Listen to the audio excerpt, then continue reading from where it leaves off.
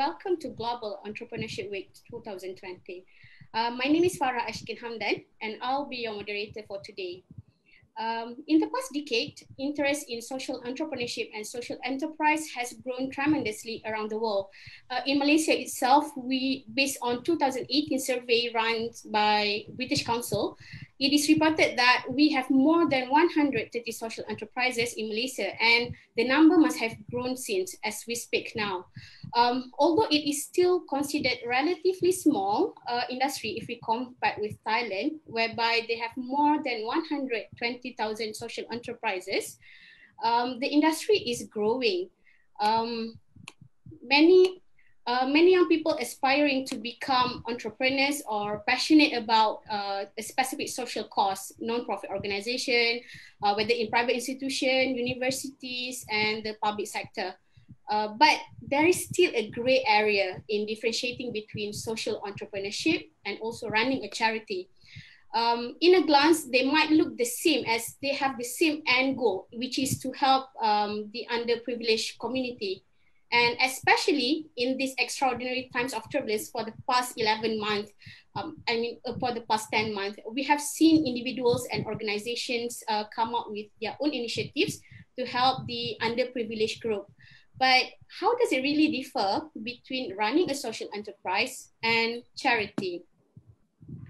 For this afternoon, to have an in-depth discussion on this matter, with me today in Global Entrepreneurship Week for Good segment, we will be talking about social business versus charity, especially in the pandemic era, with Ms. Yap Sue Yii, the founder of Komuniti Tukang Jahit, and she recently has been listed in Prestige Malaysia 40 under 40.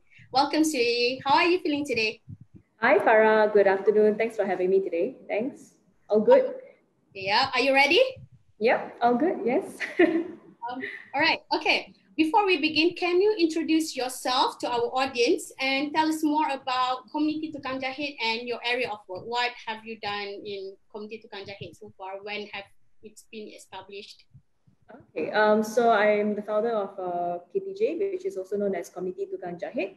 In English, is Tailors Community of Malaysia. So technically, like you said, we are categorized under social entrepreneur. We're a social enterprise, which means that we are a running business, but we drive impact, which means in the end of the day, we're here to do impact towards a beneficiary group. So in this case, KTJ actually empowers by upskilling the B40 women community, which also consists of single mothers, stay-at-home moms, underprivileged women, and also the OKU group. So how we do it is that we upskill them through sewing, giving them upskills to learn tailoring, to sew corporate gifts. And on another side, we do the marketing and sales towards corporates to actually purchase and procure made-to-order items, which are also consist of corporate gifts such as a name card holder, laptop sleeves. For right now, the hot selling is actually face masks because that's also an essential product. And it's also something that our tailors, which are also known as our akak-akak, can sew from home. So that's the gist of what KTJ is all about. And we started about 2018 end. Yeah, so we're still quite new in the industry, to be very honest. Yeah. So further to that, may I ask, where do you kind of like outsource the kakak-kakak who saw the underprivileged community, maybe in which area, or is there any kind of like a specific community group that you hired for your Komuniti Tukang Jahit? Okay, so how we actually begin back then when we started out with actually tailoring clothing, right? So I needed to find a production or a production house that would actually assist with my fashion startup at that time. That was about 3 years back. So what we did was we started finding tailors, home-based tailors, we call them, also known as akak-akak. These are women of the neighborhood. So it started with where I was from, which is Ampang, right? So it started like going out, finding tailors around my neighborhood. And then the word got around, and then from there we knew that, you know, through just one outreach to Klang Valley, we realized that we have more than 300 sign-ups straight away. So then we realized that, you know, but not all 300 we are able to actually assist or help, because in the end of the day, we have to filter through who has basic sewing skills, who has sewing machines at home, and who has the capability to get transport over to our warehouse for training. So after that, all the filtering we went through, we realized that the tailors that we were able to assist and help were all around Klang Valley. I see. Yeah, but also through that study, we realized that there are many other ladies out there who also wants a sustainable job, a sustainable income through working from home, but they were very far to reach, right? They were in other states of Malaysia and even from Sabah, Sarawak as well. But we were a small startup, still a very small startup, in fact. So technically, we're able to only fend and actually help around us, which is Klang Valley. Oh, that's impressive. That's good. Very good to know. As you mentioned earlier, you have been in the industry for the past years, right? I mean, for the past 2 years, and then even within the past 2 years, we can see how the scene has kind of like exponentially growing, especially in Malaysia. You founded Komuniti Tukang Jahit while running your first fashion startup, if I'm not mistaken, right? Yep, correct. So, what drives you to venture into? I mean, as you mentioned, you venture when you find that you want to outsource the local tailors to help you with your fashion startup. What kind of like differentiate you from Komuniti Tukang Jahit from being a charity organization, and how does it kind of like, how do you venture into running a business and also running for social enterprise? Yeah, a social enterprise. Yes. It was a really tremendous journey, to be very frank. Why is because we learned many things along the way. So how it started, like how did my fashion startup slowly pivoted and turned into a social enterprise, was just by chance. And I draw it out for you this way. So in history, when I started my fashion startup, I needed to do production, right? And there was no factory doing my numbers, which was very small, 100 pieces, 30 pieces. So no factories were willing to do my orders. And even then, these designs were helping aspiring fashion designers, because that's what my fashion platform did. So what I did was I run a fashion crowdfunding platform to assist fashion designers to realize their designs that are crowdfunded by the public, right? So what that platform does is basically we're assisting fashion designers to get their designs crowdfunded without having to push capital or inventory. So technically, I was then helping a startup fashion scene, right? So with that, slowly I found out that these ladies, which I actually recruited and found out that they were stay-at-home moms, they were single mothers, and they wanted our jobs constantly. So they continuously knocked on our doors and said, hey, do you have more clothing orders for us to take? Then it got me to realize that all these ladies who were sewing from home technically survived on orders that were coming in for seasons, which means, during Raya season, during Chinese New Year season or Deepavali season. This was when all these ladies got jobs. But apart from the seasons, they were jobless, or in a way, there was no orders coming in for them to sew or to earn an income, right? So it got us thinking that, KTJ could, at that time, my company could actually have a source of income for them constantly if I was selling enough clothes. But then I realized that it's not just the designers that need help, it's this group of ladies that need help. Because they were looking at for something that could constantly give them orders while they could work from home, stay at home, take care of the kids, and also continuously continue to contribute back to the family, right? So that's where we realized we pivoted, we created products, we created more, a larger range of items that they could make from home. At the same time, when we approach corporates, they are purchasing at a number of, let's say, 500 pieces, 1,000 pieces. With such orders, we're not just upskilling or helping one family, we can now immediately help 20 families, for example. So it made sense that way, because in the end, we come from a business background. We want to have something sustainable, but at the same time, if we're not sustainable as a business, how can we continuously help this community, right? So that's how the whole idea of KTJ was born. Yeah. So that's how we pivoted from there. So it's in the way I see it, like how do you describe just now, it's kind of like there's a flow still, like, from, it's kind of a social economic chain in how you run the Komuniti Tukang Jahit. But some people say but how does it differ with charity? Yeah, so how you kind of like place yourself, Komuniti Tukang Jahit versus charities, because in the end you still help the underprivileged, right? Correct. So how do you kind of like make yourself distinguish yourself, like, oh, we are not just a charity organization, an NGO who just help the underprivileged community, but we are a business that gives impact to other people at the same time. Yeah. Well, thank you. I actually love that question a lot. I guess it gives me the opportunity to also educate and share the difference of SE compared to an NGO.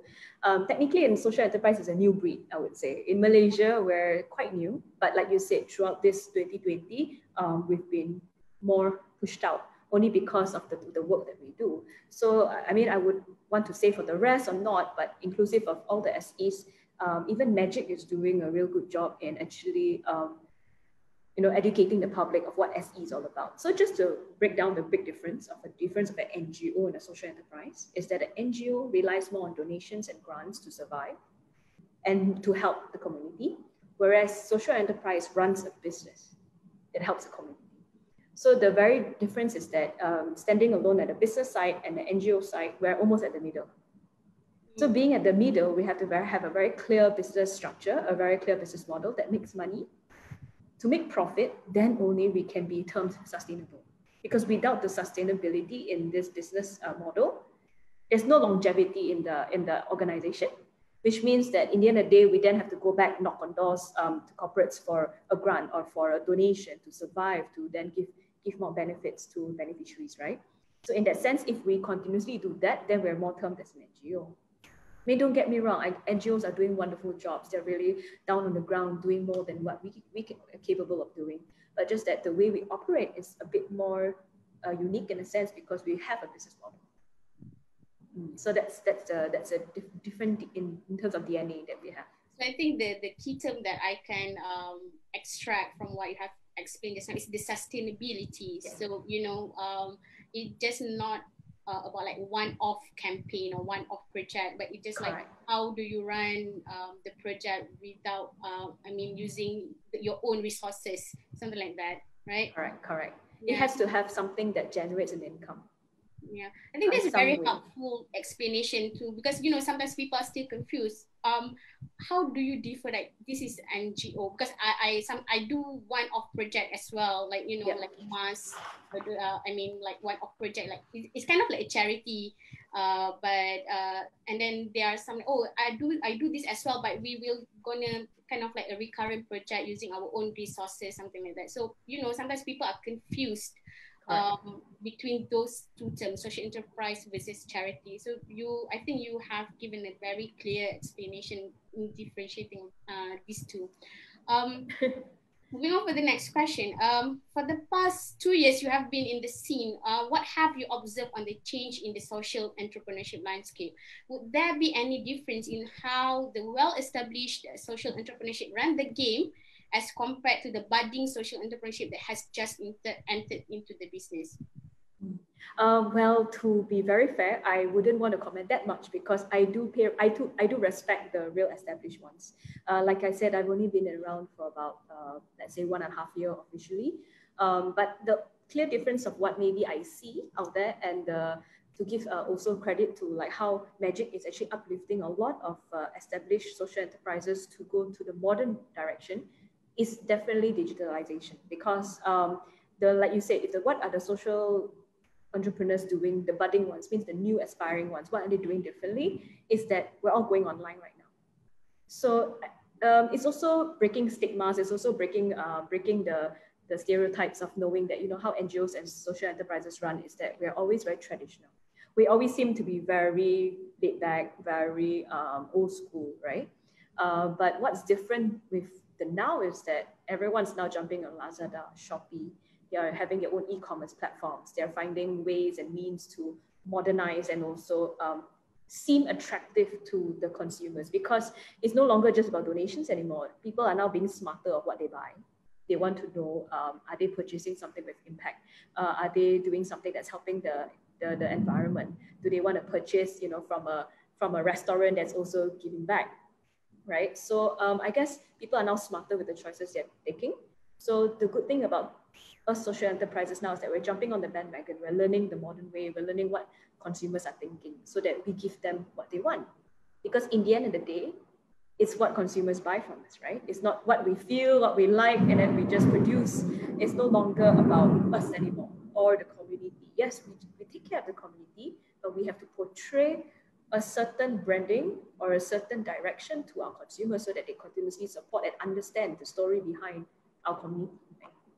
So I can see that there is sort of like, understand. It's like running like a usual business where you have to understand the needs, the demand of the customer themselves, and then only you can produce at the same. I mean, you still believe in your. I mean, the philosophy of your business still to give impact to the underprivileged community, but at the same time, we still need to understand the demand of customer in order for us to fit. To kind of like to accommodate what the customer wants and we have to fit in the market technically.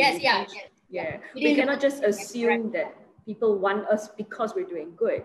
I mean, yes, but there's also a lot of people doing good, right? So how do you create impact that is that really sticks on to people because it's really valuable to them?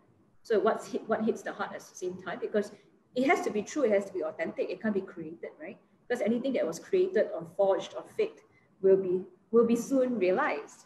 So it's very much to being authentic, and how can we show people that, you know, whatever you purchase actually helps put food on the table for some families, right? So it's all very important, and the storytelling is also very important.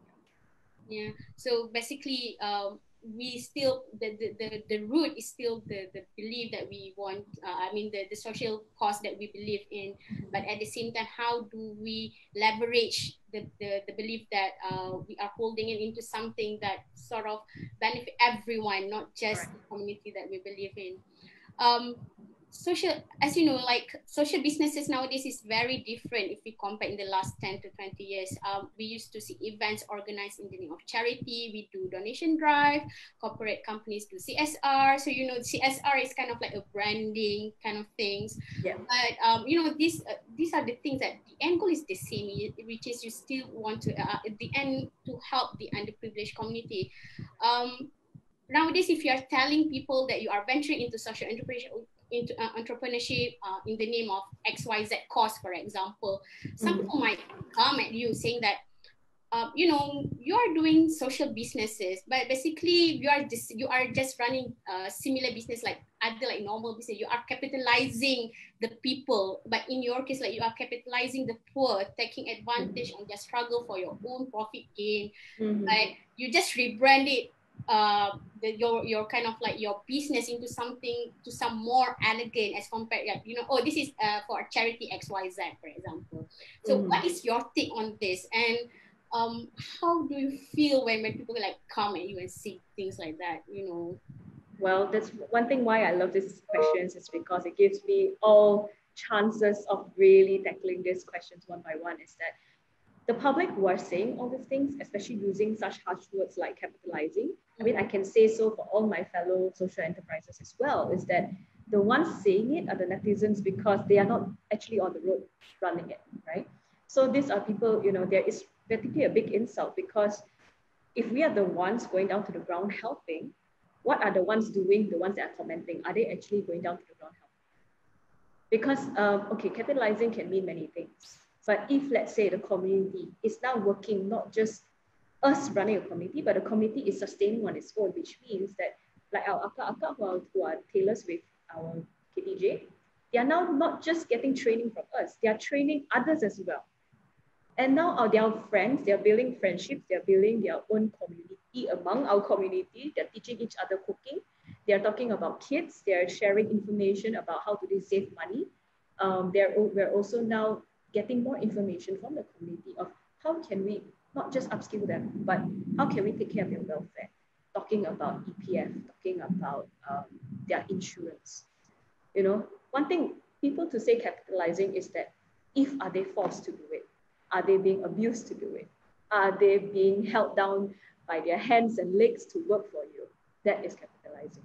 But if the community members are staying loyal, staying true, helping you build the community, it's because your social enterprise is building on a real purpose.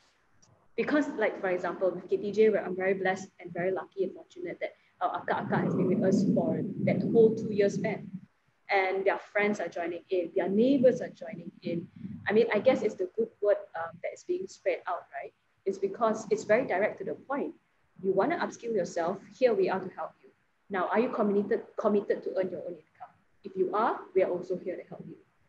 It's very straight to the point. I'm not here to tie your legs down. I'm not here to force you to work on not on your own will, right? So, I mean, I guess the public who are saying this insult, they should really go down to the ground, find out what do these people need, rather than assuming that we're capitalizing. Go speak to my please speak to my committee. Ask them, are we capitalizing? But one thing for sure, I'm very blessed and lucky that I'm very sure if you were to speak to any KTJ members, they're very happy. And we are also very, very happy to learn and hear from them, because we're always on the ground speaking to them, asking to them what they need, what are the needs of the family, how can we help their children. So, it doesn't just build community, but we also treat them like family. It's no longer just a running business. Yes, it's a running business on the other side, because we need sales to support them at the end of the day. But running a community takes a whole other ballgame. It's not like running a factory. Yeah. Right. So I guess to those public who are really thinking such things, is that build your own social enterprise and then come back and tell me that. So because, when we talk about social enterprise, it's not just about making profit. It's not like other like normal business. Right. It's all about, it takes two to tango, I believe. At one point, the beneficiaries, they wanted to kind of like upskill their living life. I mean, to upskill like their living condition. So they want to earn extra income. And on one hand, KTJ, for example, you provide the platform, you provide the opportunity. So, it is not just like at the end of the day, you got money and then you go back correct. back at home and just it has to match up with the expectations of both ends, correct? Yeah, and it's kind of, it create a relation, a symbiotic. I mean, like a living chain, a symbiotic living chain, whereby if you do every action that we take while we're running the social business, it kind of like has a dominant effect to each of the things underneath it, beneath the cycle. So, it's like building an ecosystem that's not just sustainable, but it also brings value to each and every stakeholders in the ecosystem. Yeah. It's not like you say, it's very harsh when people say that you are just capitalizing the poor. So like you say, an insult, because we don't force them to come and then work with us, and then by end of the day you abuse them or something like that. You are forced them, so you are forcing them. It's kind of like it's much more like building a sort of emotional bonding, a network, friendship. We can help one each other to whenever they have like problems or something like that. Yeah. There was one very interesting story I'll love to share, is that one of our longest member that was with us since I think 2018 at the start. She was like one of our first batch members. She's still with us now. Is that when before MCO she went back balik kampung at Negeri Sembilan, right? So after MCO hit, she couldn't come back home, but she needed to, because she was with the kids stuck there, but her husband was back in KL. So the only way we could help her was to give her our letter with stating that KTJ needs her to help do essential items, that's the case, because we were doing essential items. We were doing face masks for hospitals, right? So with our letter, we have to write 14 letters for her to pass 14 roadblocks. 14 letters. 14 roadblocks she has to go through. And in each letter, we have to state her 3 children that was traveling with her. So we were all celebrating internally, wondering like, how can we help Kak Ila? We really need to help her. She has helped us so much. And we know that with this side income that she earns from sewing this mask, she's able to feed her children. She's able to put food on the table and actually provide and help the household income as well. So we did what we could. We wrote whatever letter we could worked. We told her to go to the police station to get it chopped and signed. And then she managed in like, I think, a span of maybe one whole day from morning to night to just reach home. So that was such stories that we shared with our dealers, and it was really heartwarming. Yeah, that is like small, that is the kind of feeling, the satisfaction that you get when you manage to help those people. Yeah. Like 14 letters for 14 roadblocks. So, this is something that you cannot describe, or not can even buy. I mean, not money can even buy those kind of feelings, right? So, Exactly. from the story that you shared just now, it can be said that Komuniti Tukang Jahit helps to create a dynamic socio-economic cycle for the underprivileged community. I believe a lot of people are eager to know your strategies in commercializing the community itself and the product they produce. Perhaps you can share that with us. All right. So technically, like I said, the supply chain has to work as a business, right? So while we're training, upskilling our tailors, we also need to sell something. So what the products that we offer is very towards the direction of corporate, right? So why corporates is because when they procure from us, they're procuring in a larger number, and therefore we're able to then straight away outsource this to our tailors in a group. So for example, like an order of 1,000 masks gets to help 5 families or 5 people straight away. So that's what we do for the whole during, we're very blessed, we're very lucky that during this whole year, we managed to create a product that is not just essential, but also creates jobs for our tailors, which was the fabric face mask, because it was when MCO started, it was first everyone was looking and finding where could we find face masks, and then we understood everyone was also in a very confused state, wondering, was fabric face mask safe or not? We didn't think too much about it. We just went ahead and started because we knew that there were also homeless communities in KL that were suffering because they couldn't afford the three-ply mask, right? So we had this opportunity where we worked with Suka Society, another social enterprise or NGO, whereby they gave away to I don't say frontliners, but people who were donating food to the homeless. So we needed to protect them as well, and they couldn't spend on three-ply masks 3 times a day, right? And the total amount is like quite crazy.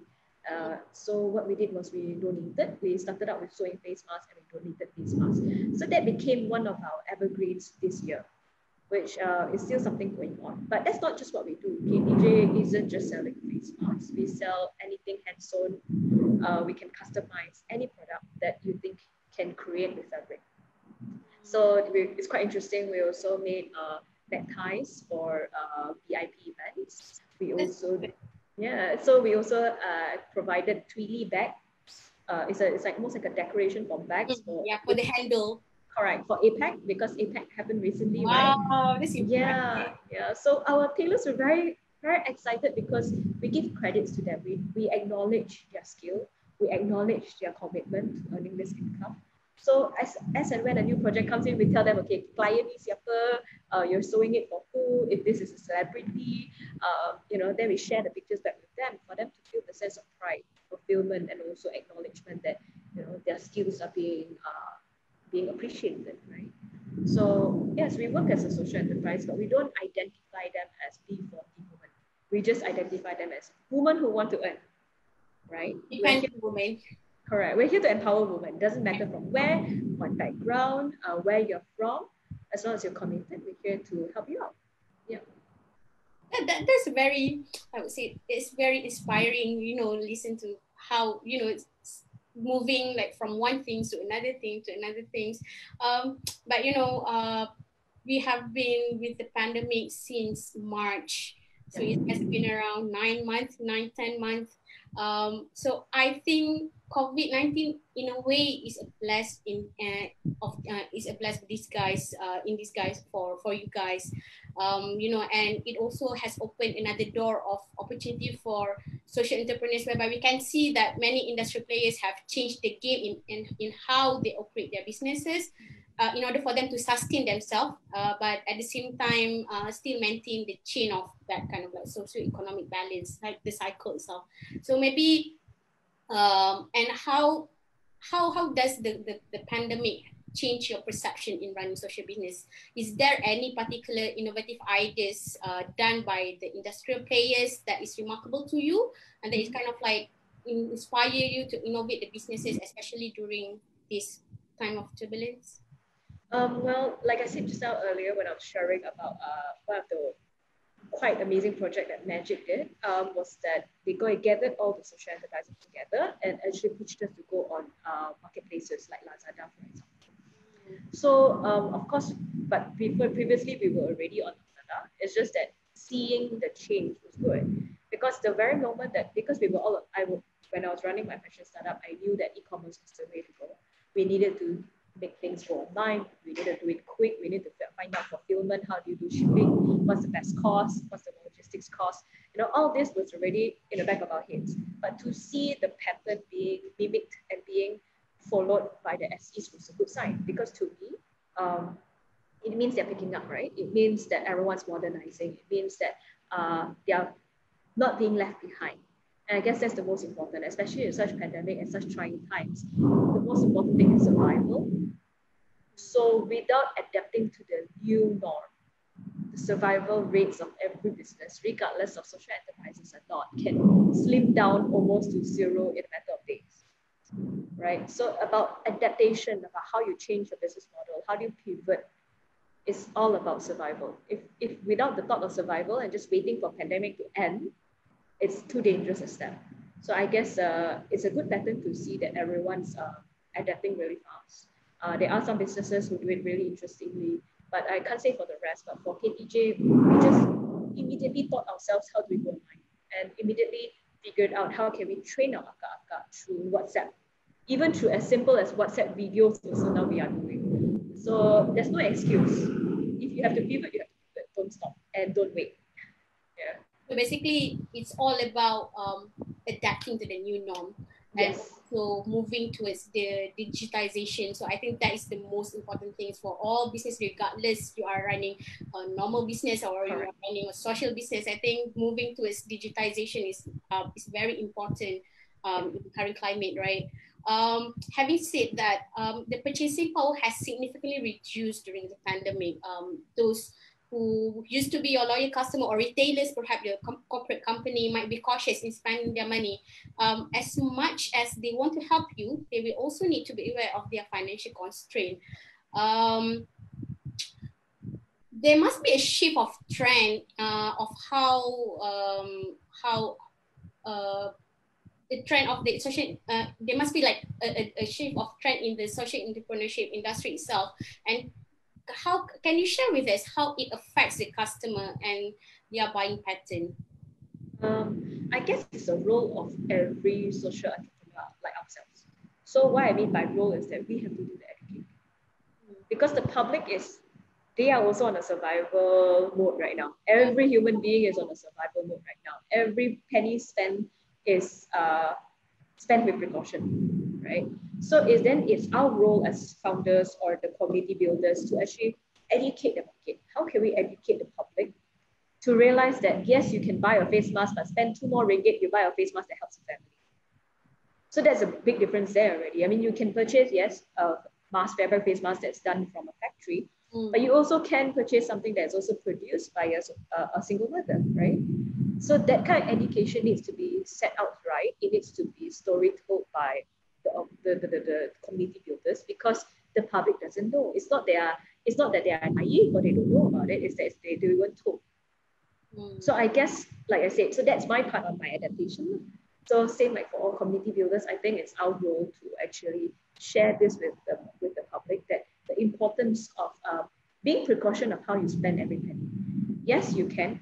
We understand that everyone's on survival mode. You want to spend less, but what if you could just spend 1 ringgit extra and you make a difference?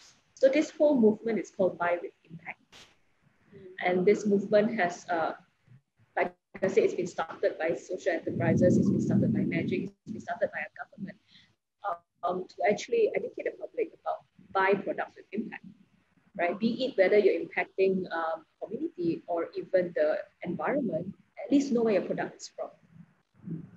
So I guess that's a big shift there, and it's happening, and I'm very proud to see it happening quite soon. So basically, it's all about building the awareness and also educating the public that, okay, it's okay to buy like a box of mask of 20 ringgit, for example, and then you can wear, and then just a disposable mask. But how you invest another like few ringgit, and then you can just reuse the mask, and then at the same time you help the community. So it is an ongoing effort, I would say. So because sometimes they're still no, it's just I just want to get as cheap thing. People love cheap things, right? Yeah. And there's something like we need to educate and build awareness among our community that it's not just about getting things for cheap, but what the impact that goes with it, with your action. Yeah. Correct. Right. I think, like you said, very well said, is that it's an ongoing thing. The awareness is ongoing. It's a story to be told ongoing. It's never ever going to end in a way, because regardless of, there's no timeline to how much story can you tell. There's no timeline to how much impact can you build, right? So it's our role, it's the buyer's role, the consumer's role, it's our community members' role, it's everyone's role to slowly be aware of where does every dollar spent goes. So it's kind of, it's not like a one-man show. Yes. It's everyone Put together. Yeah. Seeing your struggle and resilient in this, I would say, this is always evolving social business industry. Just want to ask this kind of like cliche question that I assume everyone's going to ask you. Can you ever get rich while running social business? Can you ever be a millionaire without needing to establish like a very solid business that solely gives you profit in order for you to run your social business? Well, like you rightly said, if I wanted to be a millionaire, I wouldn't run a software enterprise. But at the same time, I guess the importance of running a sustainable business is what made me start KTJ with my business partner, is because we saw a clear direction when we realized, when we sat down and spoke to our first 5 tailors of why do they need our orders constantly, we realized that no one is helping these people. These are stay-at-home moms. It's not to say that they don't have income, but they are stay-at-home because they are committed to the family, they are committed to their children. They have to go back and forth fetching the kids from school, but apart from that day, there is no hours in a day that belongs to them. There's no sense of them. So when we realize that there's so much importance in just giving women a bit of empowerment feeling, of just letting them earn their own income from just sewing 1 or 2 products, makes so much difference in their life. And sometimes prosperity doesn't come from money. It comes from giving people happiness, right? And it's not just happiness that we're providing. It's not so fluffy like that. It's actually we're providing them the sense of fulfillment, the ability to earn your own income without always relying on the husband's income. Yeah. Because it's always going to be my husband's income. But right now, I make my own income because I worked hard. I fetch the kids to school. I still come home and cook. But in these 2 hours, I get to sew. I get to have my own time. I get to actually have my own savings. And just to share a story, this is true stories that they save their money is for her to go for her own health checkups. Can you imagine that?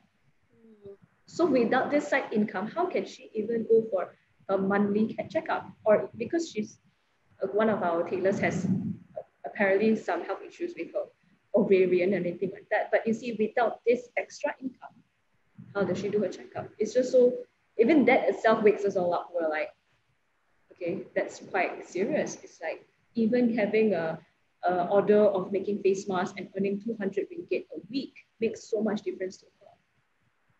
So to us, that's what made us continue what we're doing. It's not so much of trying to be very prosperous or be very wealthy, but I think it's about giving impact to everyone in the community, regardless of how much they earn and how much I earn. At the end of the day is, can this business build impact? So basically, I mean, I agree wholeheartedly with what you say. You know, sometimes getting rich or getting wealthy, it cannot just, it's not something that can be, you know, physically, you know, getting money just like, you know, can be easily materialized. So sometimes it come in like in form of like satisfaction, and how do you feel at the end of the day? You know, sometimes you have a lot of money, but you still feel something is not right in your life. You know, I mean, getting rich is not about having a lot of money, a lot of properties, for example. So, you know, people perceive being a millionaire like from different aspects. So you just have to understand in the first place. You have to understand why you do this in the first place. Then only you know what is your end goal, your targets. That you have that early on. Yeah. I guess everyone's definition of prosperity is different. Yeah. Yeah. So there is this one question from from in Facebook from Devarishi Dasgupta. Is it easier to convince the buyer if you are a social enterprise? Okay, so that question could sound a bit tricky. Is that then are you convincing the buyer just, I mean, no, are you trying to sell a product? That's why you want to be a social enterprise? You know what I mean? Because it can come from two directions. Is it because that you want to sell a product, that's why you package yourself as a social enterprise? The whole idea of running a social enterprise is actually to prioritize, first and foremost, the beneficiaries first. So if let's say, thank you for the question, by the way. So Miss, if for example, if you are actually helping a community or a beneficiary group, is that find out first their needs, and then only create a product or a sustainable business. Because passion to help and the purpose that you seek to help people is not going to be enough if there isn't a sustainable business model, because unless you're an NGO. Because to build a sustainable business model comes with an offering, whether a product offering or a service offering. So it has to be very clear in a very business model to know whether who is then your beneficiary group and can they supply the product that you're offering to the consumers. So that question may be a bit hard for me to answer unless it's a bit more detailed. Yeah. Yeah, you need more context. Yeah. I think that that's all for the question from Facebook. Thank you for the question, by the way. So we are nearing the end of the session. But before we end our discussion, what would be your advice or recommendation to aspiring social entrepreneurs who like to venture in the industry? So what kind of like mental preparation that they need to prepare to prepare themselves in order to thrive in this industry? Yeah. Well, okay, because this industry, like I said, it's a new breed, it's a new DNA, it's a Very new niche direction. It's very niche. The mindset somehow still has to be more linked towards the business side. Because we're talking about sustainability here, it's no longer the fluff of just wanting to help. I get it that some people find purpose, they find the passion of helping people, and that's clearly number one.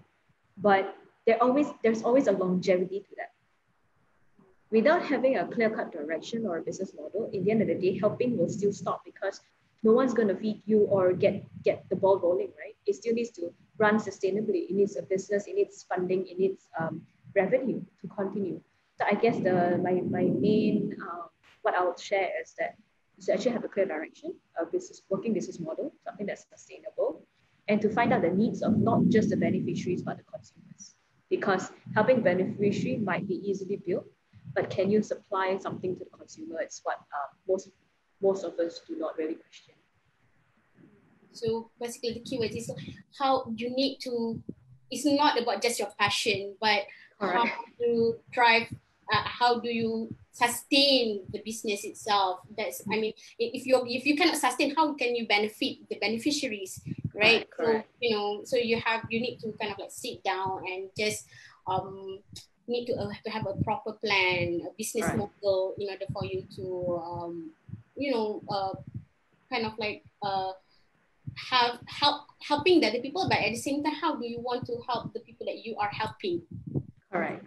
Yeah. Because in the end of the day, if we don't also build something that we can continue, in the end of the day, if we die, so will all your beneficiaries, as in they will all fall along with you, right? Yeah. Whereas if you need to stay alive and survive on your own, then only that way you can help the rest survive. So it can be easily said and done. So it's a very tricky ball game, but in the end of the day, it's still very business driven. It still needs to have a P&L, it still needs to have a balance sheet, it needs to have a proper cash flow, it needs to survive in order to continuously help the community. Yeah. Passion alone doesn't kind of like feed you in a way. Yes, okay, yeah, that's the right word. People, tend to misunderstand. They have a very passionate cause that they believe in. I want to do this. I want to help B40. I want to help the refugee. I want to help XYZ, the underprivileged community. But sometimes being passionate is not enough if you don't have like a proper plan on how you continue like from this one period to another period. So I think that's the most important thing. So you still need to kind of like build your own business model. Then only you can kind of like get the most out of it, the most impact to the community that you are helping in. Right. So it is a very enlightening discussion, I would say. Thank you so much for joining us, Sri. I would like to talk to you more about this method, but you know, time is kind of like running out. Yeah. Yeah, running out. So thank you everyone for joining us. So hopefully, Suyi, we can meet in another time, perhaps talking more about this. I'm so inspired by what you are doing. Thank you. Thank you so much. Thank you again for joining us, and see you later. Bye. All right. Thank you so much for having me. Segment. Thank you. Bye. Bye.